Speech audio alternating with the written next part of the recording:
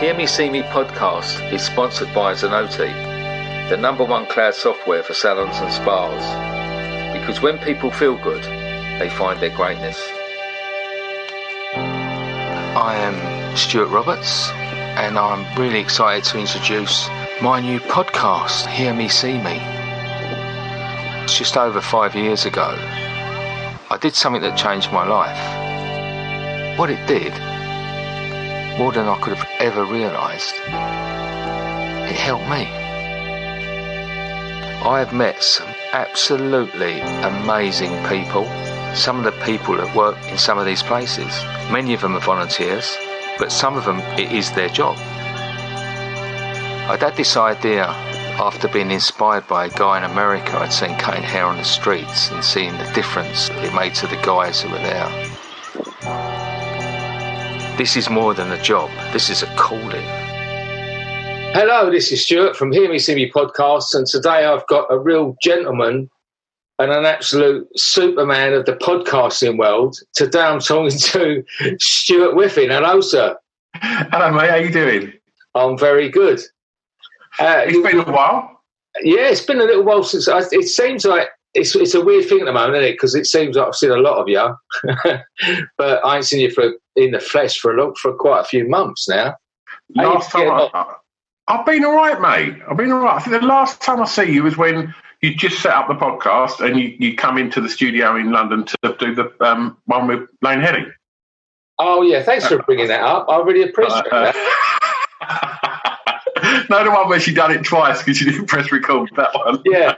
And, and it was the fact of not only, it weren't a 5-minute job. The poor woman had been speaking for 45 minutes of pure gold, opened her soul up to me. And what was you were a witness, what was my face like that day? It was honestly like someone had just pulled the soul from your body. You empty. You would just look like you was apologising profusely, and she was just being completely wonderful. She was, and I was just like, I think I'd been telling you to do the backup. I'd put a backup recorder in there as well. Okay. Yes. And I went, press record on that one. You didn't press record on that one either, and you'd done something wrong on your own one. So there was two things that didn't record it. Yeah, it was what they call it it's a double fuck up. That's exactly it. But yeah, I've not seen you since then. I mean, obviously, we spoke on the phone, and and obviously we see each other's gubbins on the socials, and you're all part of you're part of this kind of nice little community of people that that live where we live, that dabble in podcasting and kind of sort of a lot of mutual sharing of love on each other's projects, which is a really nice place to be. It is, and it's interesting because it's quite a small little area, isn't it? Thurrock is like an odd place, I find, for all of these people to come together. It's it's a lot of us in Thurrock, Southend. It's unusual, isn't it? It is, and it's one of the things that I remember. Like our mutual friend who I guess we kind of met through was Scroobius Pitt. Yeah, and I've worked with Pitt for about 10 years now, and when his music career sort of took off, the amount of people that were like, "Oh, are you going to move to London now?" And he was like, "Nah," and I find that really fascinating. That if you're doing something creative, and whether that be hairdressing, very much an art form, the same as making music or painting, that there's always that kind of, I don't know if it's a myth or not, I still don't know, that, well, you should go to London. Yeah. The streets are paved with gold. That's where the opportunity lies. And it's like, well, is it? And I think if you can create a community where you live with like-minded people that are all striving for the same thing and are all, helping each other, I think, you can alleviate that kind of, that expected thing that you have to then relocate to London because that's where it's at. And I think, the amount of people that I've met through and that collectively ended up working with. It's wonderful, and I think it's great that it can happen in an area where Thurrock, if you was to look at Thurrock and start to sort of pick apart the roots of it and how it evolved, and it's certainly in my lifetime, fundamentally a right-wing stronghold, was, back in the sort of 80s and 90s, it was a BNP voted in area. Yeah. And, it's not the nicest of places and probably not the most encouraging of places if you're artistic or if you're from a minority or, whatever you're, do you know what I mean? It's a rough place. Because you get beaten up. Yeah. I mean, this is the first time I've told anyone in Thurrock I've got a podcast. Don't tell anyone, mate. But it is, and I find it really interesting that when you start to sort of scratch the surface of these areas, you do find so many really, really interesting people that do some wonderful things that don't necessarily get talked about down the pub, because it's not what people from our area do. People from our area go down the pub, have a beer and watch the football. Right. Not that there's anything wrong with any of them. No, nothing wrong with any of that. And you got to think fondly of where you come from. But having said that, it's been interesting when I've heard Pip talk about that as well. Like when he says about a come from this area, because you live there, it's just where you come from. But I suppose it is a little bit rough around the edges, and it is a little bit impoverished. And it's when I look at the classifications of it being quite an impoverished area, you think it didn't really feel like that. Yeah. But you say that one of the things that we've got a huge, area of common ground is we both grew up in boxing clubs. Yeah. And we've got a huge passion for mixed martial arts. But that was one of the first things that my folks done when I was at the right age, was like, right, he needs to learn how to look after himself. And it was one of the first things that I had to do when I was a kid, and purely because my parents grew up in Tilbury, which is just as rough, if not rougher. Yeah. And it was a case, well, you need to be able to stand up for yourself. And so I was shipped off to go and learn how to, I guess, hold my hands up should someone want to give me a click around the ear roll. and it sounds stupid, but I've done it with my daughters straight away. I was like, as soon as my kids were 5, I was like, right, you coming down the club. Yeah. When you learn how to look after yourself. And I don't think that's just something that I'd apply to our area. I think that's a life skill that's really good, to have that confidence that you can stand up for yourself. And I think what you get out of learning a combat sport is an incredible amount of discipline and a wonderful sense of community as well. I had Steve Kerridge on my podcast, and I think he underestimated the amount of community good that he's done over the years, and a lot of boxing clubs and kickboxing clubs like that. I think they don't realise what a central part of the community they are, and what how they bring people together. And I think that people that don't step foot in them clubs have a very interesting view on it.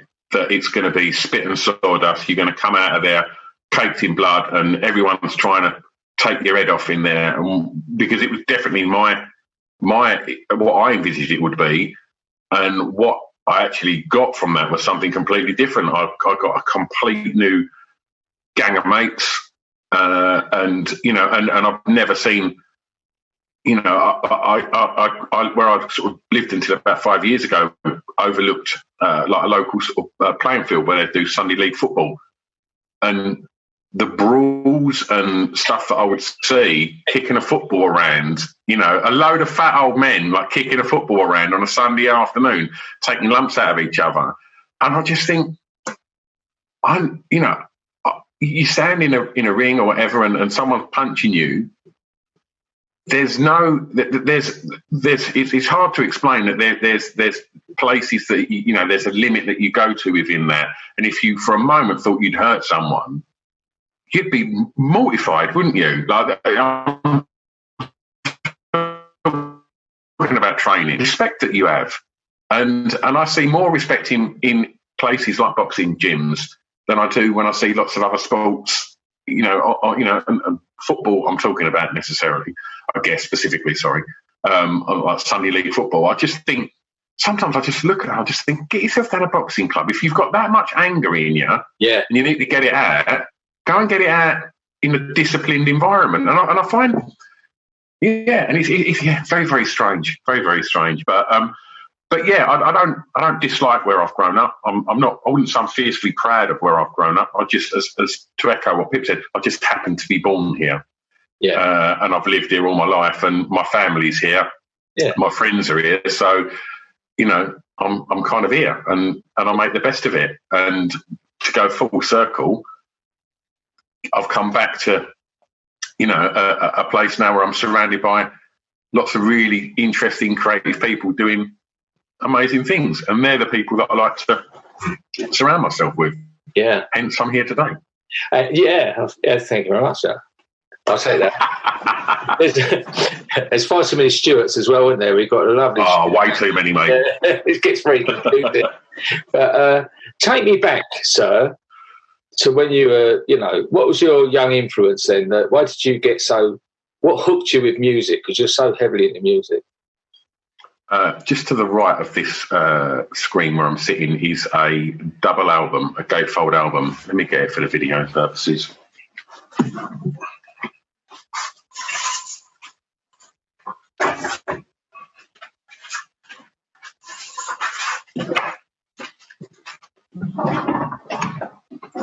And I got it for Christmas.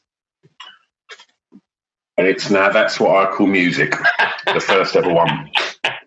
Is that number one? It's number one. Is it? And this is the original that I got. I've since bought another one because I have this one on display. I think that Now That's What I Call Music kind of albums are not the sort of thing I'd ever really listen to now, because they're just, compilations you get for Christmas as a kid.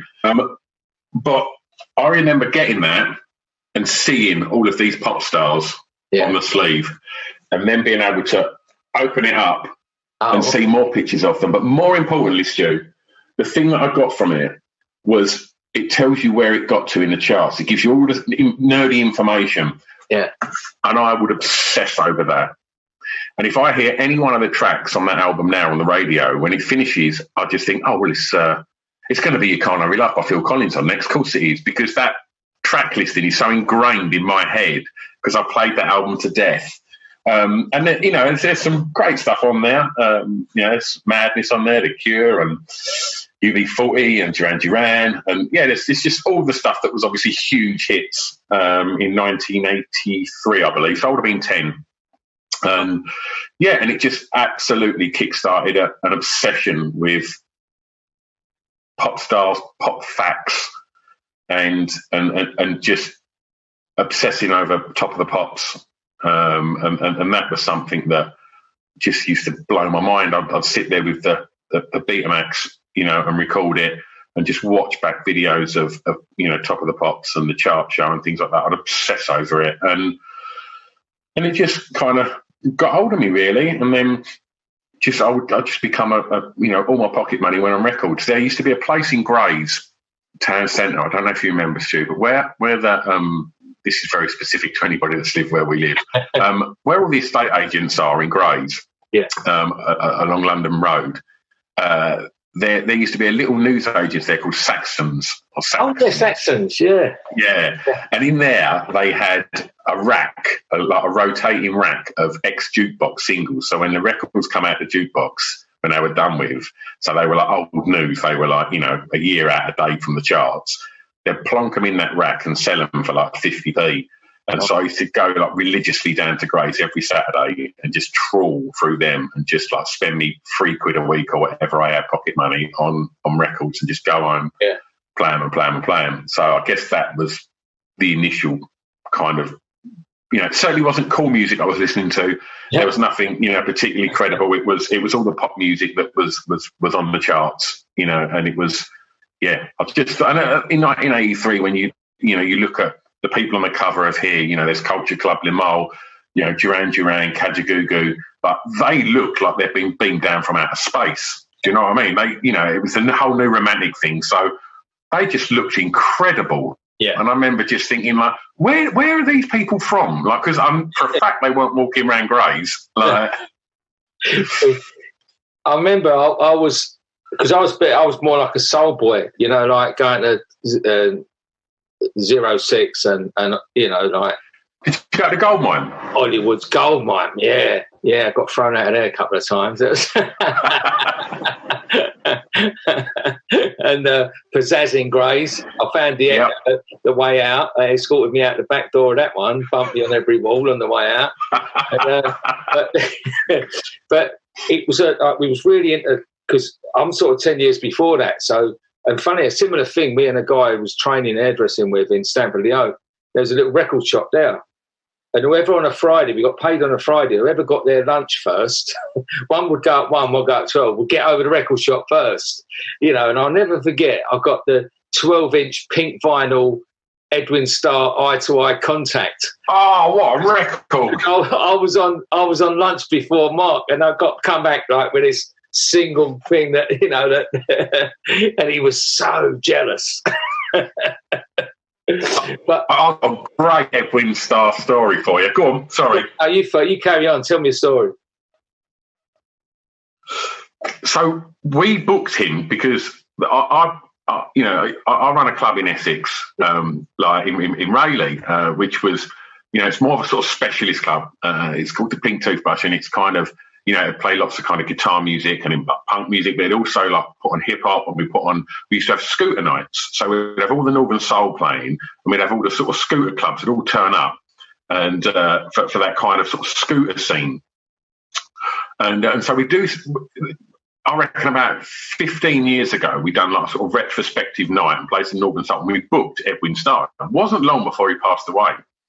And he'd come on and he'd done 25 Miles and War and Eye Contact. And then there was a few like the old school kind of skinheads had turned up. And one of them shouted, because he was doing it to a backing track, like he didn't have a band with him. Someone shouted out, "He's fucking miming." And he just shouted to the guy that was controlling the backing tape. He was like, "Stop the music, stop the music." And he was like, "The Northern Soul gang, the Northern Soul scene has kept a roof over my head for the last 15 years, playing these type of events. I would never, ever, ever mime. Edwin Starr don't mime." And he went, "Don't worry about the music." And he went, "Have this one." And he sung Cupid by Sam Cooke a cappella. Yeah. And it was one of the most amazing things I'd ever seen. And this kind of geezer that would shout it out that he was miming, I could just see in the background his music with him right earful as well. Yeah, shut up, mate. Like, Edwin Starr absolutely took the roof off. No music, just belting out the Sam Cooke classic. Amazing, mate. Well, because that was when I was going to talk about clubs. I used to go to a place called Crocs.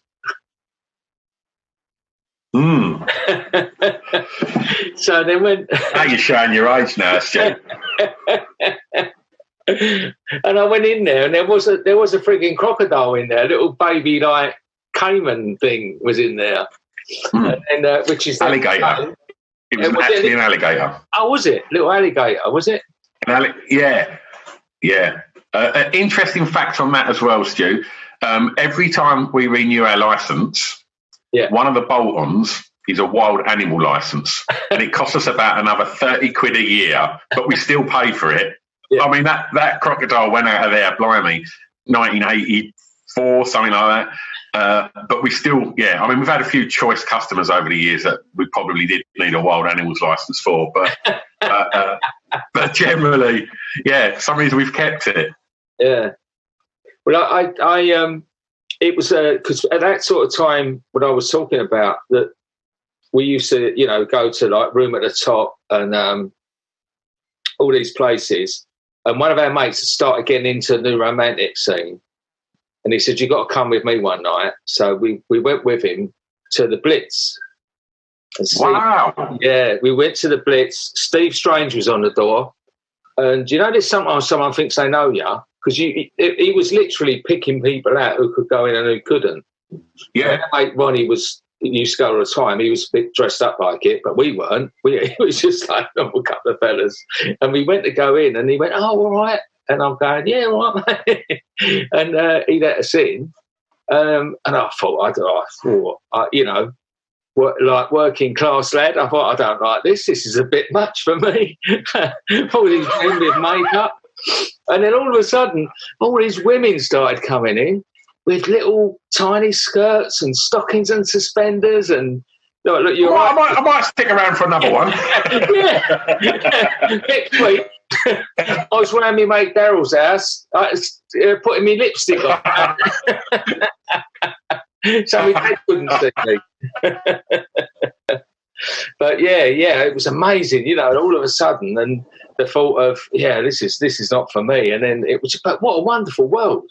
It was right at the height of you know, Steve Strange and all of that just beginning to happen. And then we ended up going to clubs all around London during that time. It was amazing. Yeah, I'm well jealous of that. Like that whole kind of scene, you know, I'd love to have experienced, like, for those that are like not too sure, joining the dots from the Crocs connection to the Pink Toothbrush. The Crocs become the Pink Toothbrush.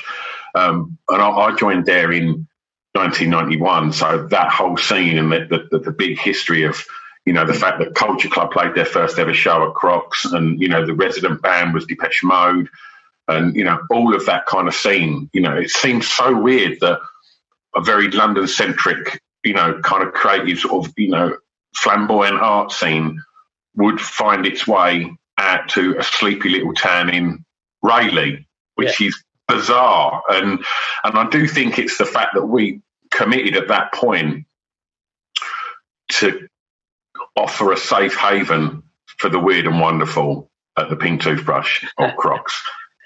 That's the reason why all of the other clubs that you've mentioned are no longer here, because so many of them clubs were fashionable clubs that would follow fashion, whereas the Toothbrush has never been fashionable in the slightest.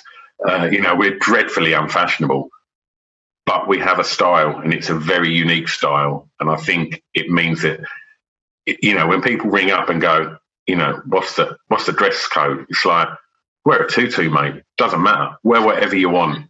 And the amount of people that come up, and we get some lads turn up, like geezers, and they're like, it's a gay club. And we're obviously completely gay friendly at the Toothbrush. It's a gay club. And I'm like, give us a kiss, I'll tell you, mate. Back off, mate. I ain't coming in there. And it's like, good, we don't want you. It's because it's funny, as you say, a lot of that came from that area. Well, Roy, who was in Culture Club, used to work in the hairdressers with me because he used to come from Collingham. Stamford boy, isn't he? Yeah, and that was where the salon was. So, you know, and he was. It was at a time when he first used to go up there with us, and then he met George, and it all sort of kicked off from there. And it just, it's such a funny time, that, isn't it?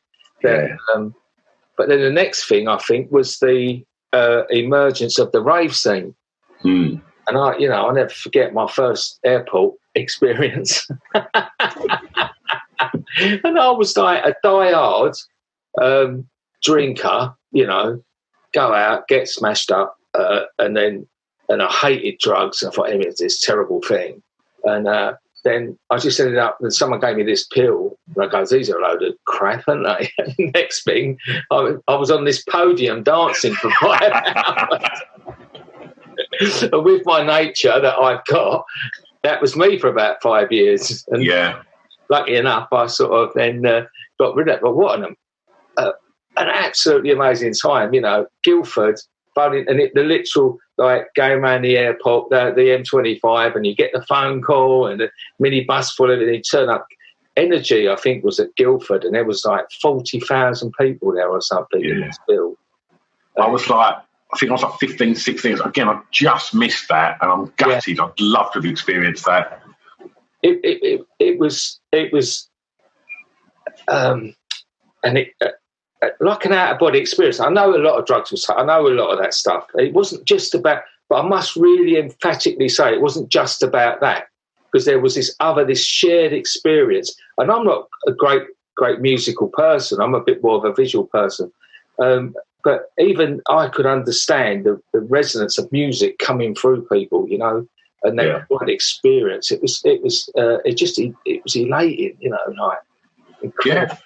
It looked like such a coming together of people from whatever background. It was like, it just seemed to, you know, I'm obsessed with that era as well. I watched every possible documentary on it, and on my music podcast, I've any chance to speak to, you know, a DJ or somebody that was involved in like the hacienda or you know, the rave scene, and you know, I'm just obsessed with like that kind of coming together of people, and what was, you know, I guess the second summer of love, for want of a better description, you know, and you know, whatever your views are on ecstasy and things like that, it definitely propelled a movement that is ingrained in a lot of people. And you know, it seemed to come at a time when, you know, I guess it was still Thatcher then, wasn't it? And I just think people wanted that escapism, and I think the fact that all of a sudden people took control of that situation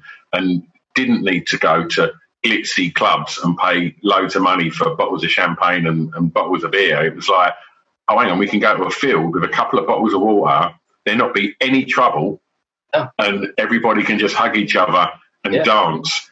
It was only a matter of time before the government were going to be, whoa, hang on a minute, let's bring in that Criminal Justice Act and let's fucking shut this down. And I think like, I just think it's a shame. I just think that, you know, there's, you know, what a moment to, you know, be out clubbing, to experience that kind of connection with people. I'm very, very jealous that you got to experience that. I'd love to have had a bit of that. It was incredible because you at that time, we're not far away from previous to that was the proper worst time of football hooliganism. Like that was at its height in the late 70s, you know, and then we got to the 80s, and then all of a sudden, all of these diehard sort of football hooligans were all still at it, you know, and then the next thing, they've all found out they're all at raves, and you've got all the Millwall and the West Ham and all that, and they're all dancing together and hugging each other. You know, it was a great anecdote. Yeah, but you know, I think anything that creates such a powerful movement like that and starts, you know, to kind of gather such momentum, and the fact that, you know, people, sport, drugs, music, all seem to align, you know, that's a very powerful thing. And I just think the government were just like, right, hang on, we need to work out how to stop this, because it's a, you know, I mean, how much money must be, you know, revenue does alcohol make? And the fact that people weren't drinking it, you know, they were like, they didn't need it. You know, it was like, just have a bottle of water. It must have been like, oh, Christ, what's happening?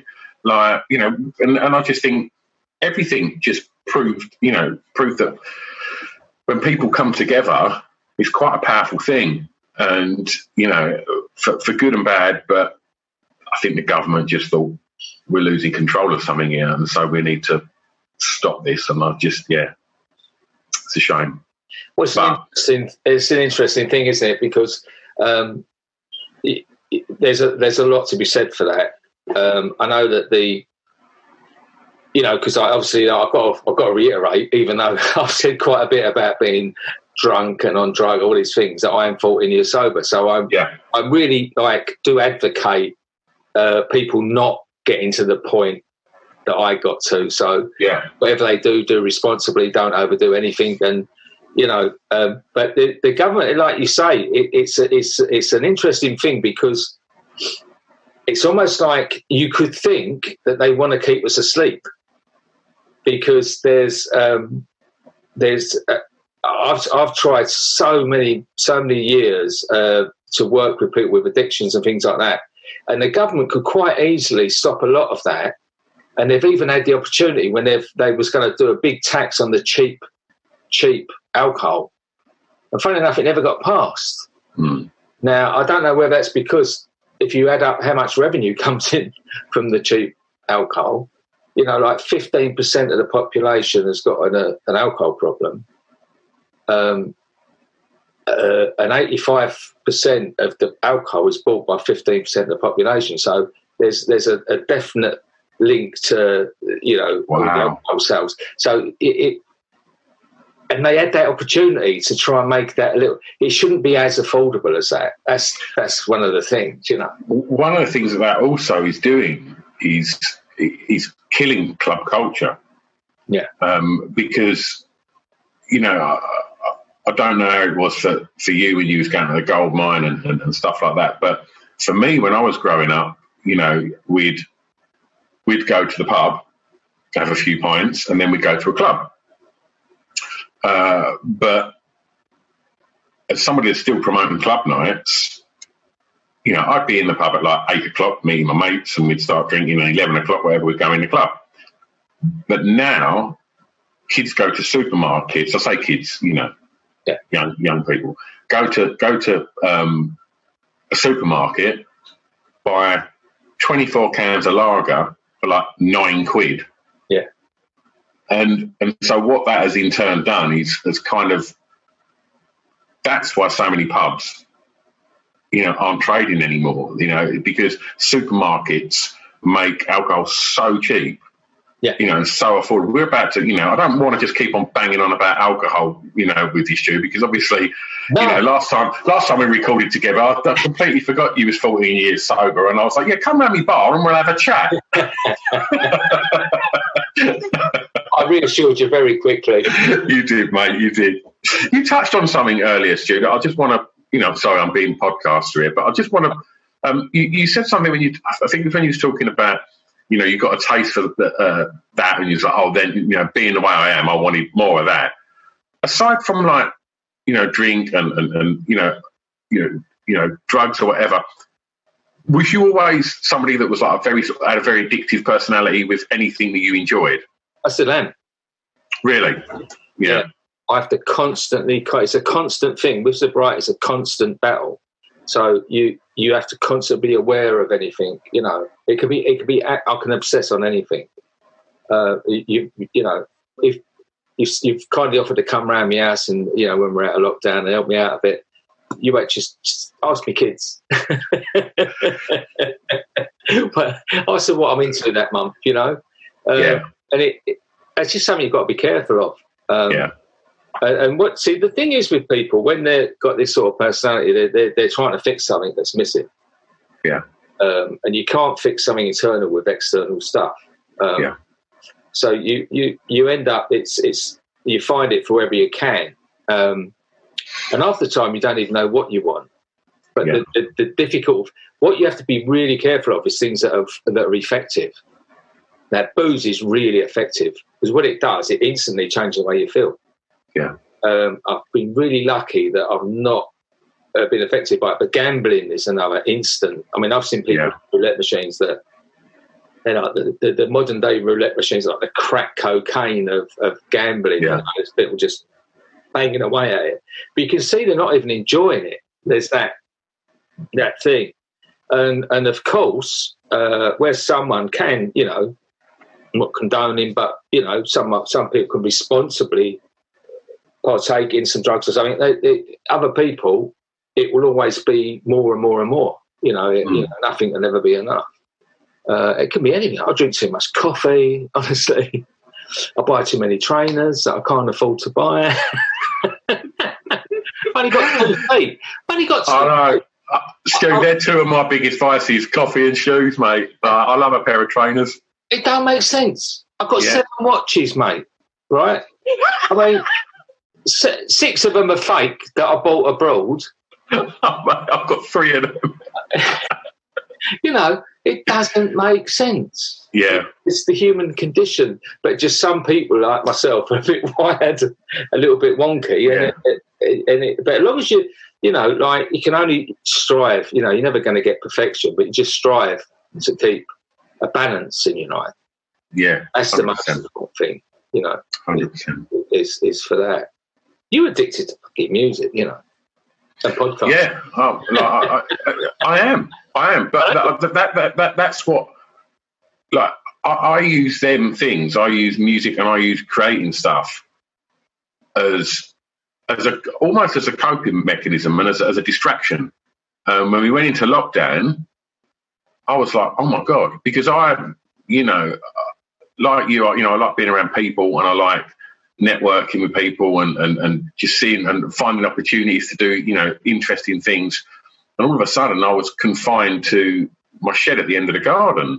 And thankfully, I had a little setup to record podcasts and little radio shows. And Pip will laugh at me and he'll just go, how many have you done this week? And I was like, well, I recorded 6 yesterday. And he's like, that's ridiculous. And I'm like, but it keeps me connected with people, sitting, doing what we're doing now over Zoom. It's like, and that's why, I asked you what I just asked you, because I like learning about people and I'm interested in people's stories and via doing things via Zoom, what initially was a knee-jerk, oh shit, I'm going to have to do something next, I can't sit in a room with someone. And the first time I'd done this, it was really strange. I was like, because the whole thing you get from a conversation is it's lovely being in a room with someone and feeling the atmosphere of the room and the body language, and to then have to do it over a computer felt quite strange. And then I kind of, like musicians, musicians then couldn't gig, so they'd start doing gigs online. And I think, creative people then stop and reset, and, you have your ups and downs and your knee-jerk responses of, what am I going to do and how am I going to do this? But then you start to really think, and then it's that whole kind of punk DIY attitude of like, right, well, I've got limited resources and limited funds, so what can I do within them? And I think sometimes some really positive stuff can come from that. And that's what happened. And I quite quickly realised that, oh, hang on a minute. So, I run events and, I work in music and such, and I'm not working. So that must mean there must be lots of people like me that are not working, that are missing connecting with people. Let's start sending them some messages saying, do you want to come and talk about your life and your music? And what now has changed is I don't have to invite them to the end of my garden to have them conversations. So I don't have to limit myself to like London and Essex. It's like just before lockdown, I got the train to Bristol to interview a guy from a band and then come back the same day. Probably spent about 80, 90 quid on, train fares and, food and God knows what. And I've done 6 in a day on Zoom, but not with people from Essex, but with people from all over the world. And it's like, because all of these kind of interesting, creative type people have still got something to say, and they've got nowhere to say it at the moment. And so if they can come on a podcast and hype their new record that they've made, I'm all up for it. And it's given me a chance to kind of reach out and have guests like Public Enemy and Mel C from the Spice Girls that never in a million years were they ever going to trundle into London and sit in my studio or come to me back garden in Grays. It was never going to happen. But it's enabled me to have them conversations just through sending them a message going, do you want to have a chat? And it's like, we all haven't got the star-studded power that Stuart Roberts has to get Lane Headey just to pop down and record, But, mate, you've had, and there's a couple of things there, what you've just said. You've had some blinding guests on recently, and this is the freedom of this new format has given, it made it so accessible. But, mate, you're on a roll, with some amazing guests. It's been really good. Well, it has been. It's really, but I want to jump back a little bit because you just said you've done 6 the other day, and I noticed it a couple of weeks ago. You put on, I've done 5 in a day. And that's when I immediately recognised the addiction, because I was like, we didn't need to do 5 in a day, did you? But there's this preconceived idea that addictions are all bad. See, there's some really healthy, positive addictions, Yeah. And as you say, if you're getting something positive out and you're doing it, but there's that little bit of pushing, you've got that thing of pushing yourself. And there is downsides to that, Stu. Yeah. And it's like, well, what are you sacrificing to do that? And at the moment, I'm not necessarily sacrificing anything because I've got a nightclub that's shut, and I've got kids that are now back at school. I've got a wife that's at work. So, okay, so what am I going to do in my time? I've got the magazine and that kind of takes care of itself. So I'm going to try and pursue the things that give me joy. Yeah. And that happens to be having these kind of conversations. And And I think as long as the positives outweigh the negatives, then I don't see any fault in it. And I think, and if the kind of quality or content of what I'm trying to do is ever, compromised, where it feels like I'm just doing it for the sake of it, I'd really want someone to go, mate, that weren't very good, and tell me, because it'd be the same as if I'd had 8 or 9 pints of sport everyone's night because I caused a massive row or something. I want someone to go, mate, you need to have a look at that. And and I think all the time that it is just being it feels a positive thing, because I'm quite driven as a person, and I want to really build this podcast into being something really good. But it's what makes it really good, and then that's one of the other downsides is I had to stop it because I was twice a day I was looking at my stats. How many's listened? Why have less people listened today than yesterday? I had Fatboy Slim on today. What? And it was like, hang on a minute, right? Yeah. That's out of your control. You can just do your marketing, but it's out of your control. You need to not get hung up on that. Yeah. Are you enjoying it? Yes. Right. Focus on that part of it. And I like, and it does just come down to the fact that I'm just half the time I'm chatting to people that have had such an impact on my life. If you would have told me in 1988 that I'd be talking to Chuck D from Public Enemy, I'd never believed you.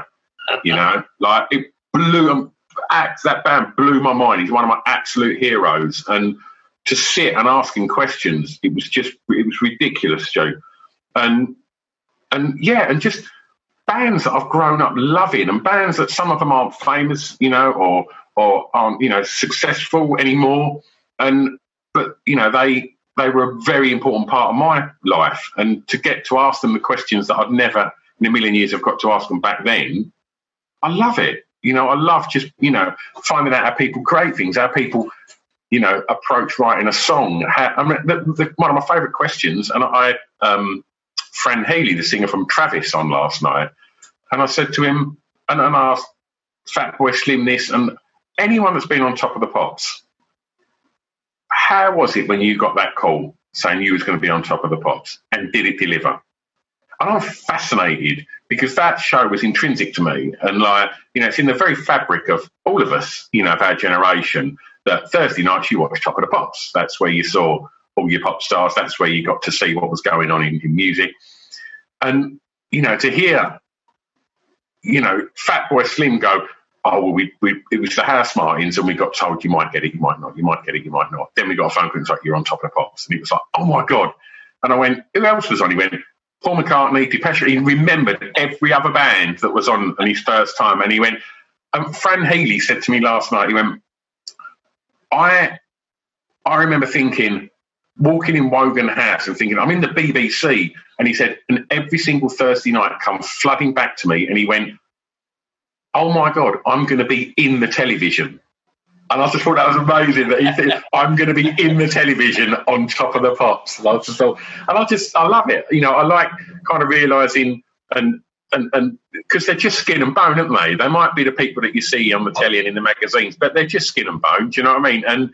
And they have, I ask all of them, are they confident people? Do they have imposter syndrome? And they're all like, I am not a confident person. I'm driven, but I'm not confident.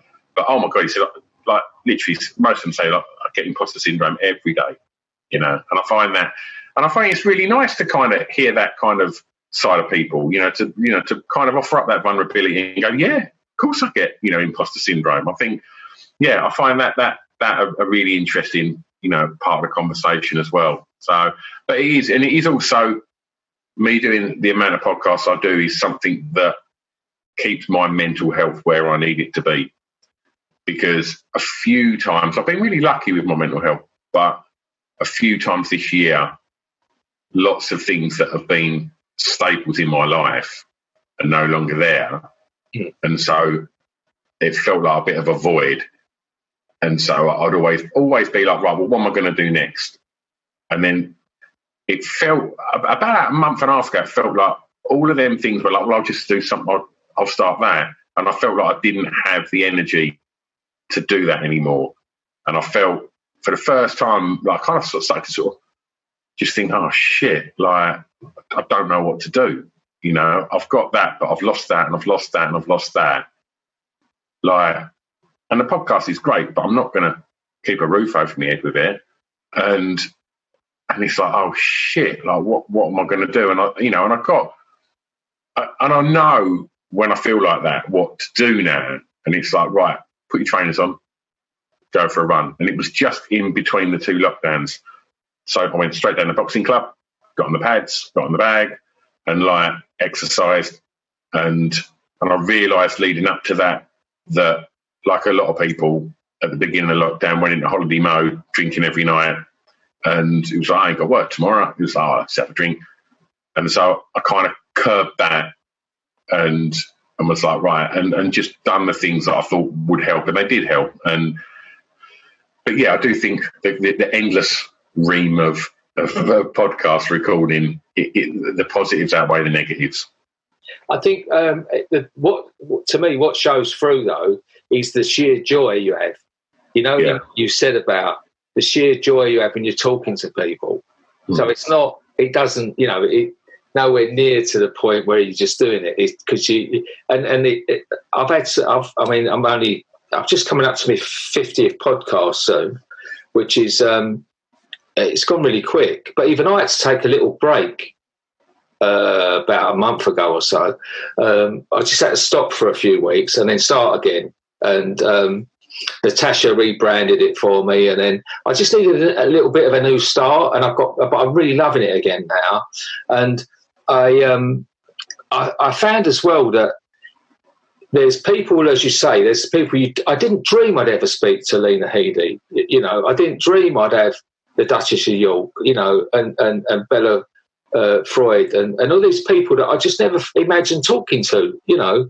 And then what I found was it was just chatting to another human being. It isn't, you know, it's nothing, you don't, there's nothing, it's strange, only the effect of how normal it is. But there's other people that I also, that I try and make sure I have a lot of volunteers on there and team leaders for Haircuts Homeless. And I've been all the way to Birmingham and we've done all this thing and thanks a lot, see you later. And it's not till I've had them on the podcast and spoke to them, I didn't really know them. And it's a wonderful opportunity to really sit down and get to know someone, isn't it? I say this to a mutual friend of mine, Ben, and I said to him, and I created a podcast for him, and he was on it. Oh yeah. And I was like, you work in, you know, he's a very sort of, he's a big city type boy, and you know, it's all you know, big money and recruitment and, you know, banking and all of that stuff. And I said, you could go for a meeting with someone in a boardroom and you could sit there and you could talk shop for an hour, and you walk out there, shake hands, and you'd be like, okay.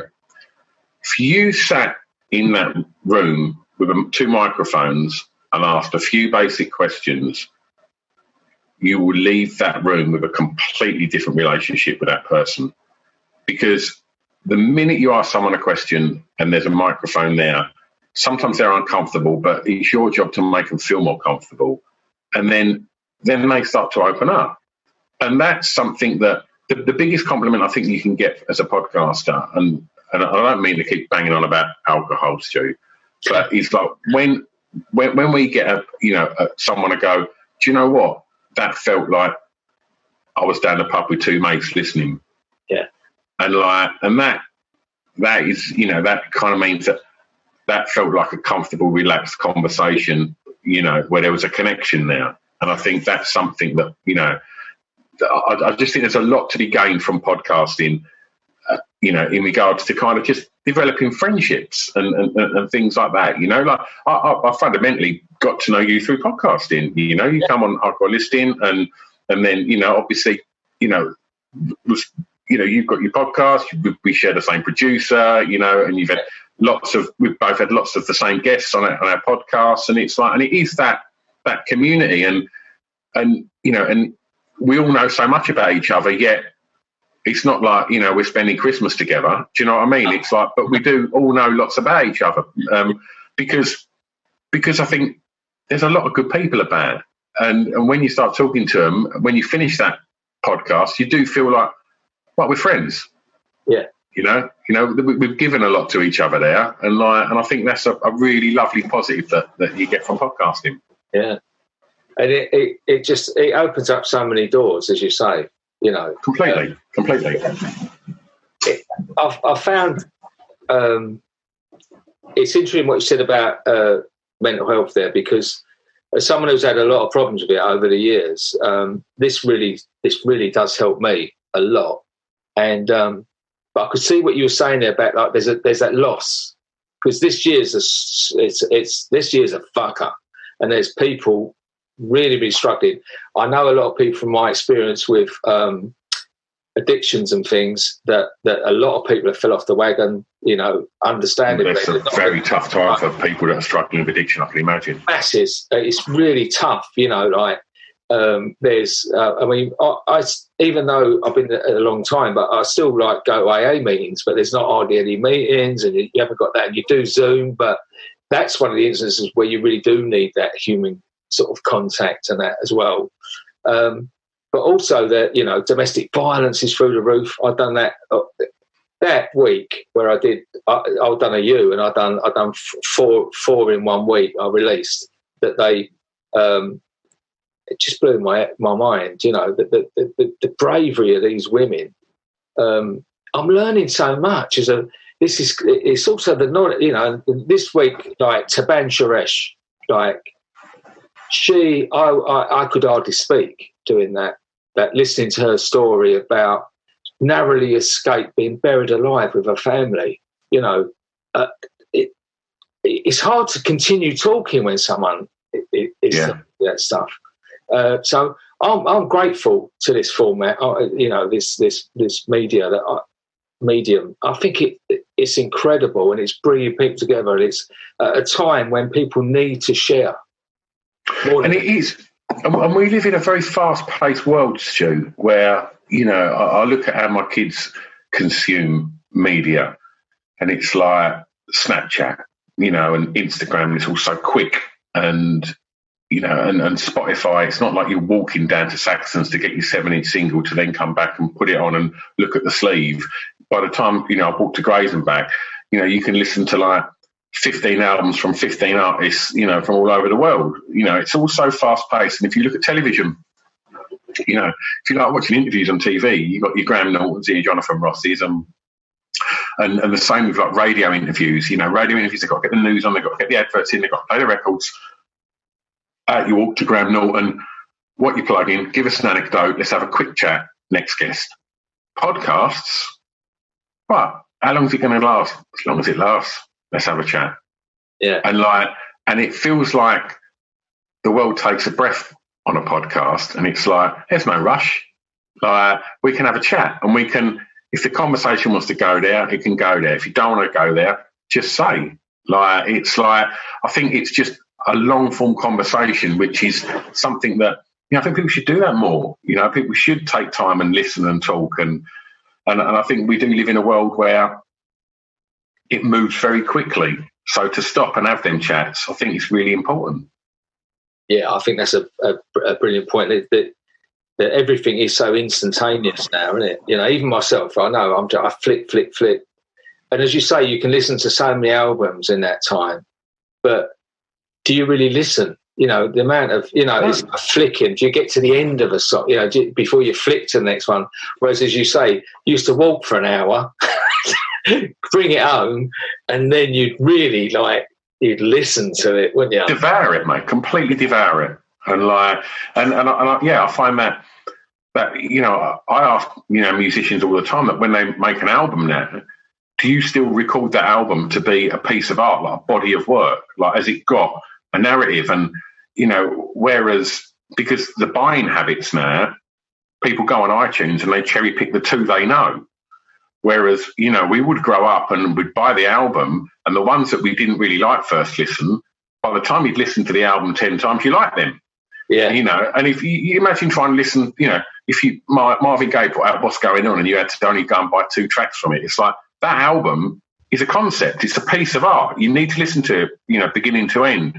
Yeah. And there's still lots of artists. So I ask them, I'm like, do you still create? And they're like, yeah, we want, our album to be a body of work. We don't write it for like 5 fillers and a couple of singles, but that is a lot of people's buying habits. And, and the way that people listen on Spotify, when you press play on Spotify, you've got a big thing above, your music saying, listeners also like this. And then you've also got, if you allow a thing, all the people that are on your social media, the feeds running down the side of your Spotify, what they're listening to. It's just distraction, constant distraction, and everything's so accessible. And there's lots of positives in that. Make no mistake. I use Spotify, and having that open invitation to go and explore music is healthy, and it's turned me on to lots of new music. But it is always distraction. If you're on YouTube, how long are you going to watch something before one of them things on the right-hand side of the screen saying, oh, what's that one? All right. Oh, yeah, I'm going to watch that, because it's just these distractions that are constantly there. And I think with a podcast, even with the radio's on, you turn the radio on, and I do it when I work in my little office, I put the radio on, and every now and again someone just kind of prick me attention. I think, all right. But with a podcast, I choose to press play. Yeah. And I think, if you do that, chances are you're either in the car, you're commuting, you're at home and you've set aside some time for it, and I think you get caught up in an interesting conversation, a good conversation, a healthy chat, and I think it's nice to kind of use that. And Scroobius Pip calling his podcast distraction pieces, it's a fucking stroke of genius. I mean, I've banged on about that geezer's genius enough. I'm not going to massage his ego. He's going to listen to this, so can't pick up your mates too much, can you? But yeah, it is. It's a lovely distraction, and and it just, you can put the brakes on for an hour and just kind of listen to somebody else's story. Do you listen to any of yours back? No. Yeah, ever. No, I've got a list, and I say a lot, and I say wonderful a lot. So I'm aware of that. So if I ever did, I'd drive myself potty. Going, fuck me, I've just said wonderful again. I think I've listened to a couple. When I set the podcast up, I had one guest. I had 2 guests that I wanted to get, and they were my absolute dream guests. And one was the musician, guitarist Johnny Marr, and I've not managed to get him to guest yet. But there's an actress called Maxine Peake, who I'm just obsessed. I just think she's wonderful, and I never thought it'd happen. And she come on, and she was just an absolute fucking delight. And as since then she's messaged me loads, and she shares me podcast posts and that on socials, and it's like, oh my god, this is like someone as an artist I'm just so obsessed with. And then to meet, to meet her and talk to her, and her to be an absolute sweetheart, smart, just interesting, kind. And it was like, and I listened back to that one just because when it finished, I was in a bit of a daze, and I was like, I need to listen back to that. And once I got it back from Stu, I slung it on, and just to confirm that it did go really well, and she was as lovely as I hope she will be. And yeah, it was. That's the only time really I've listened back. Like, there's too many podcasts out there. Why do you listen back? I do all the time, because I just love the sound of my own voice. But no, what it is, mine are always sort of 3 or 4 weeks apart, after I do them. So they're always 3 or 4 weeks later. So they tend to come up on my podcast thing, and I listen. So I've forgotten more or less everything I've said. Yeah, it's almost like I listen to them then as a listener. Like I'm actually listening like a listener. Yeah, and I really do enjoy sometimes. Like particularly like I just re-listened to Band's one. Because it came out this week. And it blew me away, and because it was such a powerful thing that I hadn't taken half of it on board. And then when it all came, you know, I was thinking, my God, did we talk about that? That's incredible, like, you know. But then I suppose mine is only weekly, so you'd have a job to keep up with. Mine are hourly at the moment, Stu. Yeah. I wasn't expecting you to say yes, because I texted you about something. I said, "Oh, when you coming on my podcast, you old rascal?" And then it was like next Tuesday. I went, "Oh wow, blimey! I found an hour of time."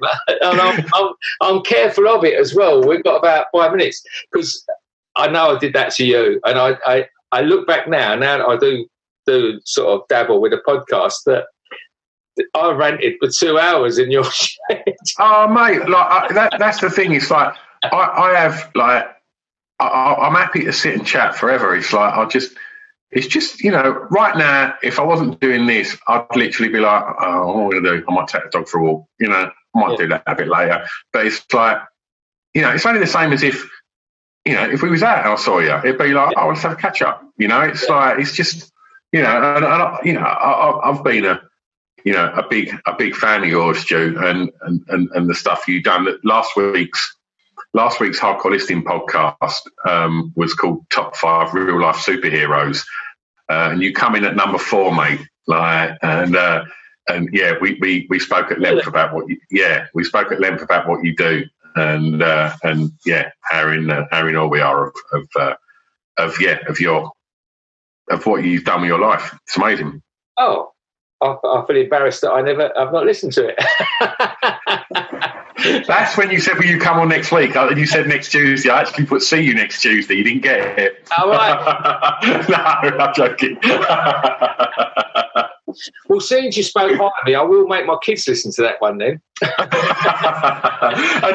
the number 1 is another lad from the area, a lad called Darren Garwood, who's wrote some books for his terminally ill son called Jackson's Superhero. And I don't know if you know anything about Jackson. So there's a family from East Tilbury that I grew up with, and I was in bands with one of the boys. And Darren had a little lad called Jackson, and he's got a very, very rare disease called Krabbe's disease, Krabbe. And they didn't expect him to sort of make his second birthday, I think. And I think Jackson's nearly 6 now. But basically he can no longer talk, and you know, he's got very limited movement. And Darren basically had this idea that, like, what does Jackson dream about? In his dreams, can he walk? Can he fly?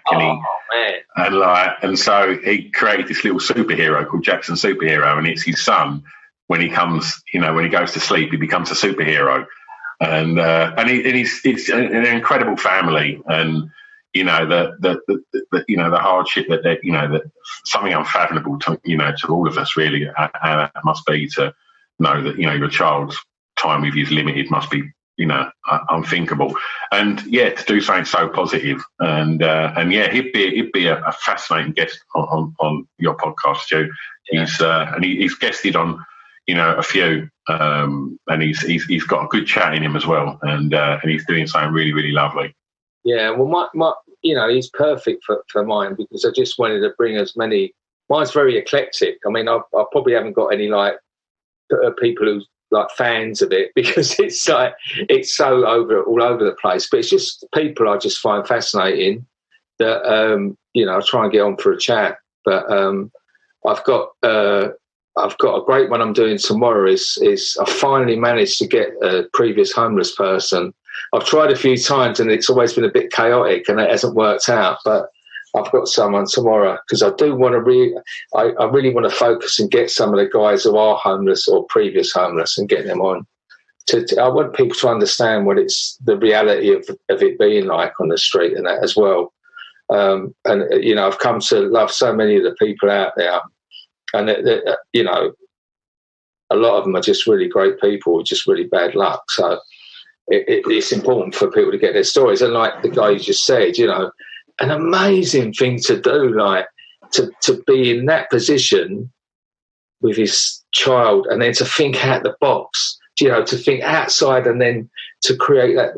You know, not everyone could do that. They'd be too like that close to it all. It's amazing. Completely. I'll definitely introduce you to Dal, because you'll get on like an house on fire as well. He's such a, you know, it sounds weird to sort of say this in the context of what we just spoke about. But he's a really great laugh. You know, he's a really, you know, interesting, funny guy, and I'll definitely introduce you. But so, I'm just fascinated by it, you know, because the nature of my podcast is I guess people that are, you know, in the public eye somewhat, but with Hardcore Listening, we get to kind of have the conversations with people that, you know, aren't in the public eye a lot of the time, and they're the ones that. And my favourite episode of Pip's podcast, to talk about Pip's briefly, is he had a woman on. I don't know if you ever listened to this one, called Mira, who was sex trafficked.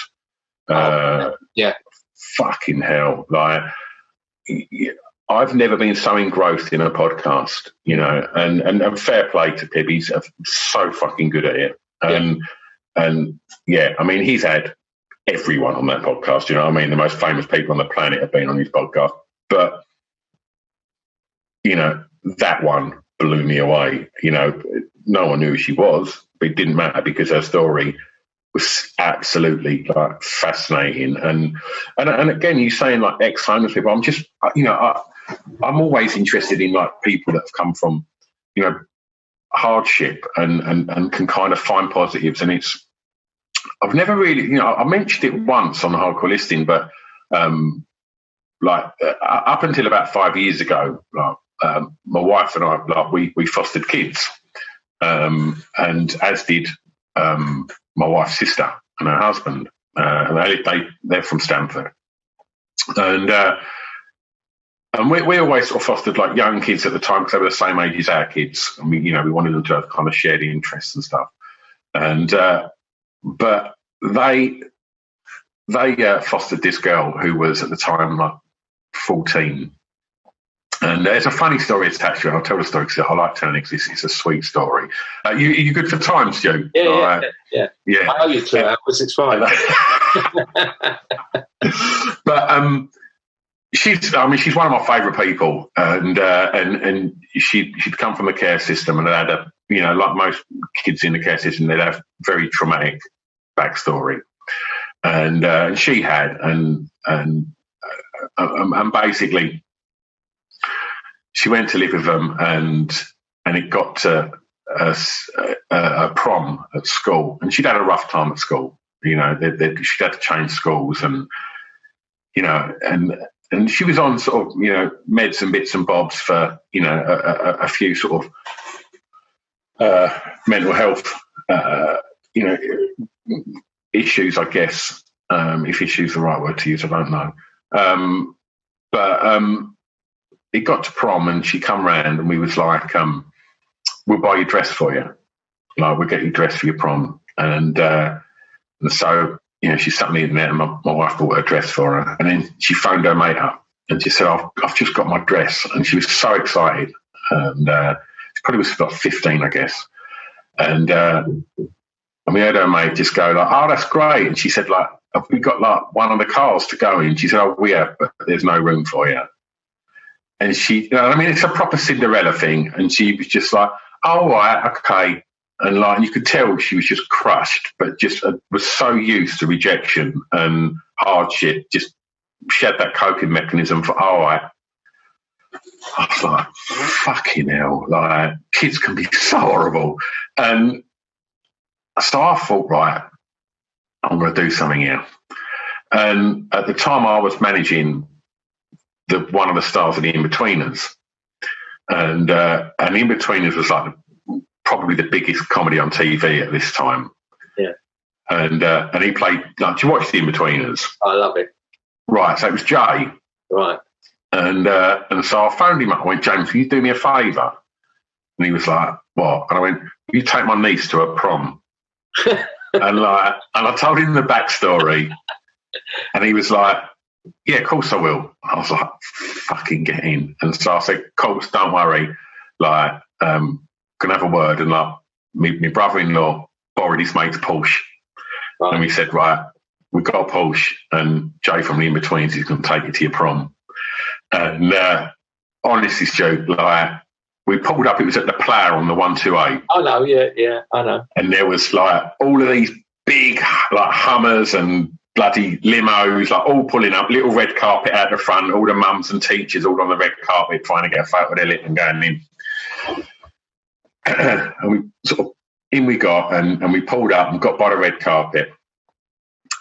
And she said, because basically she'd also said that she told her mates that Jay was going to take her to the prom.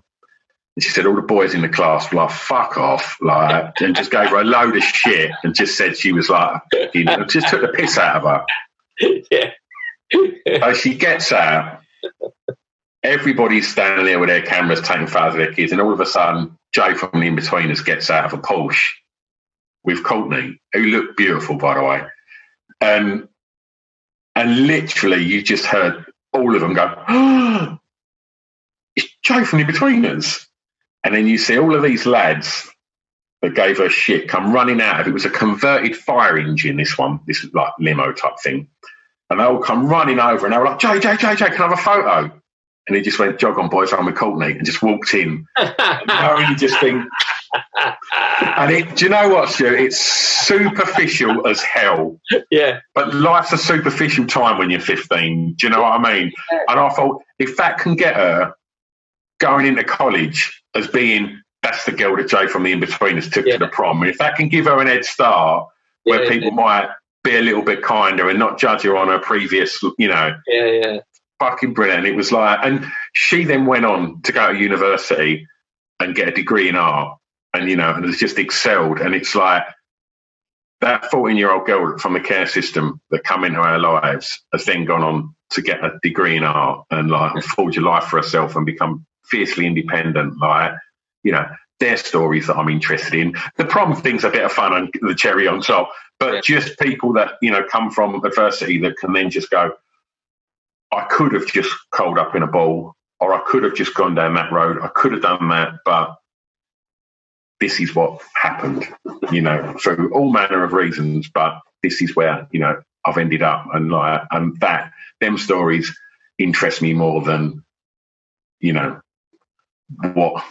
what Madonna thought when she first went on Top of the Pops. Do you know what I mean? Yeah. They're good stories to have, but, there's a lot more soul in hearing them sort of chats. Do you know what I mean? It is. It's breathtaking, and it's just the fact that a little thing, and that's a little thing. Well, that was quite a big thing, but even a little thing can make such a difference in someone's life. Yeah. And it's almost like people get a bit lethargic about it, saying, I can't do this, I can't do that. Just do a little thing, and all those things add up. And you don't know how that's going to turn someone's life. Well, I've see there again. Look, over an hour, I think. Yeah, over an hour. It's great, isn't it? I just love doing this. It takes me out of myself. I'm a selfish, self-seeking, arrogant prick most of the day, and then occasionally I do this and listen to someone else. Yeah, and recognise that in them.